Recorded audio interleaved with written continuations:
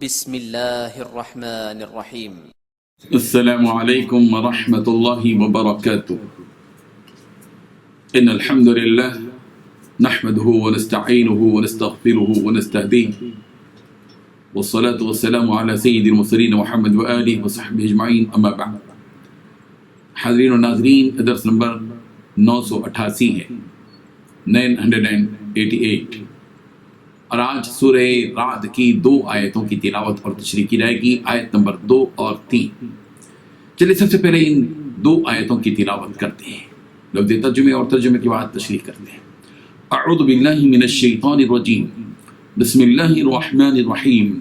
اللہ الذی رفع السماوات بغیر عمد ترونها ثم استوى على العرش وسخر الشمس والقمر كل يجري لأجل مسمى يدبر الأمر يفصل الآيات لعلكم بلقاء ربكم توقنون وهو الذي مد الأرض وجعل فيها رواسي وأنهارا ومن كل الثمرات جعل فيها زوجين اثنين يغشي الليل النهار إن في ذلك لآيات لقوم يتفكرون صدق الله العظيم۔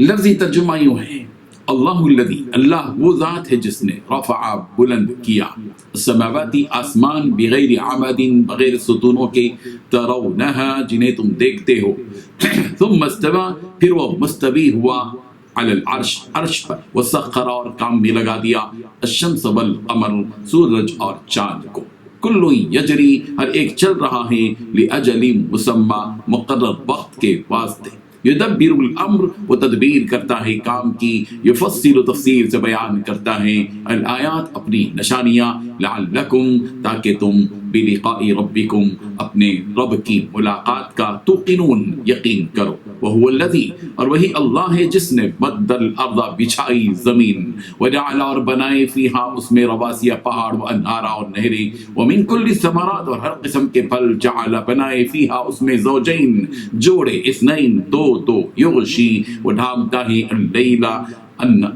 یغشی اللیل جو رات کو ڈھانپتا ہے، النہار دن جو دن کو ڈھانپتا ہے رات سے، ان فی ذلک بے شک اس میں لآیات البتہ نشانیاں ہیں، لقوم ان لوگوں کے لیے جو یتفکرون غور و فکر کرتے ہیں۔ ترجمہ یوں ہے، اللہ وہی تو ہے جس نے ستونوں کے بغیر آسمان بنایا جیسا کہ تم دیکھتے ہو، پھر عرش پر جا ٹہرا اور سورج اور چاند کو کام میں لگا دیا، ہر ایک میعاد معین تک گردش کر رہا ہے، وہی دنیا کے کاموں کا انتظام کرتا ہے۔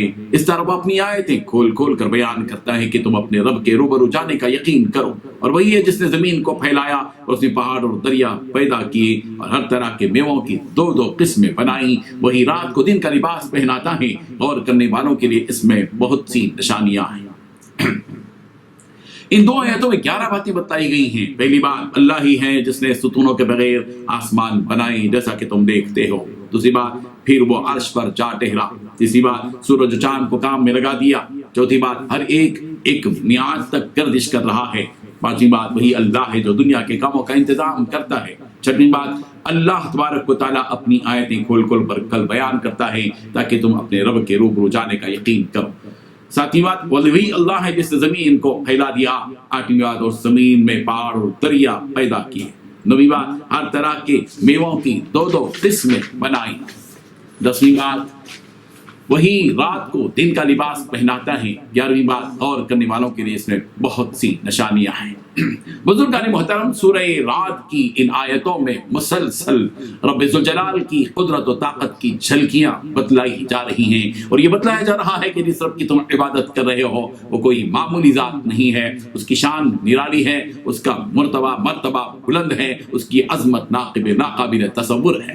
رب ذوالجلال نے اپنی قدرت سے کیا کیا بنایا ہے اور کن کن چیزوں کو وجود بخشا ہے، ان پر انسان اگر غور و فکر کرے تو وہ اس نتیجے پر بہت جلد پہنچ سکتا ہے کہ ہمارا معبود حقیقی کس قدر قادر و مختار ہے۔ اللہ تبارک و تعالیٰ نے سب سے پہلے اس بلند آسمان کا ذکر کیا جس کو اس نے بغیر ستونوں کے پیدا کیا۔ ایک انسان 1000 مربع گز کی ایک عمارت تعمیر کرتا ہے تو 20 ستونوں کی مدد حاصل کرتا ہے، ستونوں کے بغیر وہ عمارت کھڑی نہیں کر سکتا۔ مگر اللہ تبارک و تعالیٰ کی قدرت کا منظر تو دیکھیے کہ اس نے کس طرح بغیر ستونوں کے اس قدر بلند آسمان بنا دیے، ایک ستون بھی کہیں نظر نہیں آتا۔ سورہ رحمان کی آیت نمبر 7 میں یوں کہا گیا وَالسَّمَاءَ رَفَعَهَا وَوَضَعَ الْمِيزَانَ، اسی نے آسمان کو بلند کیا اور اسی نے ترازو رکھی۔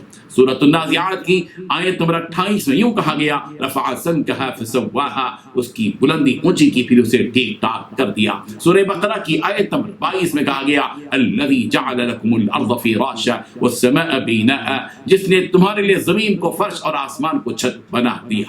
آسمان کے تذکرے کے بعد اللہ تبارک و تعالیٰ نے کہ آسمان پر ٹہرنے کی بات اس طرح کی گئی اللہ تبارک و تعالیٰ کے کہ ثم استوى على العرش، پھر وہ پروردگار عرش پر جا ٹہرا، مستوی ہوا۔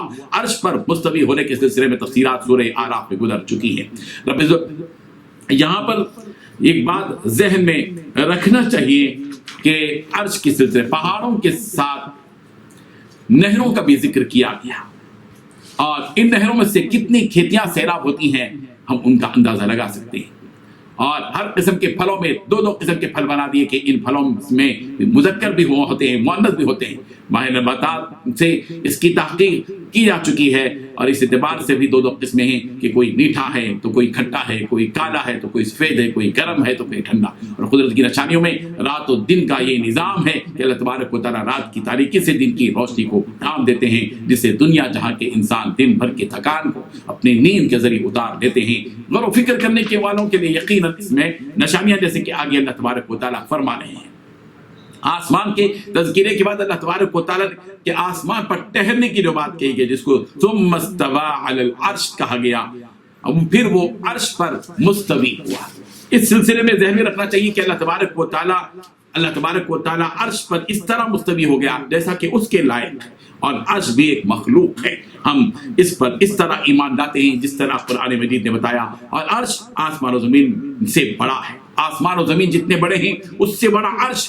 حدیث میں ہے یہ جو 7 آسمان اور جو کچھ ان میں ہے اور جو کچھ ان کے درمیان میں ہے، ان کی حیثیت کرسی میں جو اللہ تبارک و تعالیٰ کی کرسی ہے، کرسی میں ایک چٹیل میدان میں پڑے ہوئے حلقے کی طرح ہے، اور کرسی عرش میں اس طرح ہے جس طرح اس چٹیل میدان میں پڑے ہوئے کرسی کی طرح۔ اللہ اکبر، کتنی بڑی ہے وہ کرسی اور کتنا بڑا ہے وہ عرش، اس کا ہم اندازہ لگا سکتے ہیں۔ رب ذوالجلال کی قدرت کی نشانی میں سورج اور چاند کا وہ مفید و مؤثر نظام ہے۔ سورج رب ذوالجلال کے حکم کا پابند ہے، جو اللہ تبارک و تعالیٰ نے اس کو اپنے کام میں لگا رکھا ہے، اللہ کے حکم کے مطابق، اس کی مقررہ مدت کے مطابق وہ چل رہا ہے۔ اس سورج کی حرکت سے دن اور رات کی تبدیلی کا نظام معلوم ہوتا ہے، اور چاند بھی رب ذوالجلال کے حکم کا پابند ہے، جو اللہ کے حکم کے مطابق اس کی مقررہ مدت کے مطابق چل رہا ہے۔ جن دونوں کے بارے میں اللہ تبارک و تعالیٰ نے فرمایا کل یجری لاجل مسمی، یہ دونوں کے دونوں یعنی سورج اور چاند اپنے اپنے مقررہ مدت کے مطابق چل رہے ہیں۔ چاند کے بارے میں رسول رحمت صلی اللہ علیہ وسلم نے لوگوں سے سوال کیا تھا، جس کا تذکرہ سورہ بقرہ کی آیت نمبر 189 میں ہے، 189 میں ہے، یسألونک عن الاہلہ قل ہی مواقیت للناس والحج۔ لوگ آپ سے چاند کے بارے میں سوال کرتے ہیں، آپ کہہ دیجیے کہ لوگوں کی عبادت کے وقتوں اور حج کے موسم کے لیے ہے۔ اسی چاند کی تاریخ سے ہم قربانی کرتے ہیں، روزے رکھتے ہیں اور حج کرتے ہیں۔ چاند کی حرکت اور اس کی روشنی کے لیے لوگ بے چین ہوتے ہیں جب انہیں روزے کی سعادت حاصل کرنی ہوتی ہے۔ اسی چاند کی لکیر کو دیکھنے کے لیے لوگ تڑپتے ہیں جب انہیں عید کی خوشیاں منانی ہوتی ہیں۔ سورج اور چاند کے بارے میں سورہ یاسین میں بھی یہ بات بتائی گئی ہے۔ اللہ تبارک و تعالیٰ اپنے ارادے کے مطابق اور اپنی حکمت کے تقاضے کے مطابق دنیا جہاں کے سارے نظام کی تدبیر کرتے ہیں۔ کسی کو زندگی بخشتے ہیں، کسی کو موت دیتے ہیں، کسی کو عزت بخشتے ہیں تو کسی کو ذلت سے دوچار کرتے ہیں، کسی کو مالدار بناتے ہیں تو کسی کو غریب و مسکین بناتے ہیں۔ دنیا جہاں کے لوگوں کے لیے چھوٹے بڑے اسباب پیدا کر دیتے ہیں۔ سورہ یونس کی آیت نمبر 31 میں اللہ تبارک و تعالیٰ فرمایا، وہاں بھی یہ بات فرمائی، یدبر الامر، وہ لوگوں کے درمیان میں تمام کاموں کی تدبیر کرتا ہے۔ رب ذوالجلال اپنی قدرت کی نشانیوں کی تفصیل اس لیے بیان کرتا ہے تاکہ اللہ سے ملاقات کا یقین لوگوں کے دلوں میں پیدا ہو جائے۔ آسمان کی تخلیق اور سورج اور چاند کے تذکرے کے بعد زمین کے بارے میں فرمایا گیا کہ وہی ہے اللہ جس نے زمین کو پھیلا دیا اور اس زمین میں وزنی پہاڑ پیدا کیے، اور یہ ایسے پہاڑ ہیں جو اپنی جگہ پر برسوں سے پڑے ہوئے ہیں۔ سورہ یونس کی آیت نمبر 31 میں بھی پہاڑوں کا تذکرہ یوں کہا گیا، وَأَلْقَى فِي الْأَرْضِ رَوَاسِيَ أَنْ بِكُمْ اور اس نے زمین میں پہاڑوں کو ڈال دیا تاکہ وہ تمہیں جنبش نہ دے سکیں. پہاڑوں کا وجود ہم انسانوں کے لیے بہت بڑی نعمت ہے. اگر یہ پہاڑ نہ ہوتے تو نہ ہم چین سے بیٹھ سکتے, نہ ہم چین سے لیٹ سکتے, نہ چین سے سو سکتے, نہ چین سے اپنے کاروبار کر سکتے, نہ چین سے ملازمت کر سکتے. یہ رب ذوالجلال کے بڑے احسانات ہیں. اللہ تبارک و تعالی ہم سب کو ان تمام نعمتوں کو دیکھ کر اپنے خالق حقیقی کی بلندی کو, اس کے رتبے کو, اس کی عظمت کو, اس کی قدر و قیمت کو سمجھنے کی توفیق عطا فرمائے. وآخر دعوانا ان الحمد للہ رب العالمین.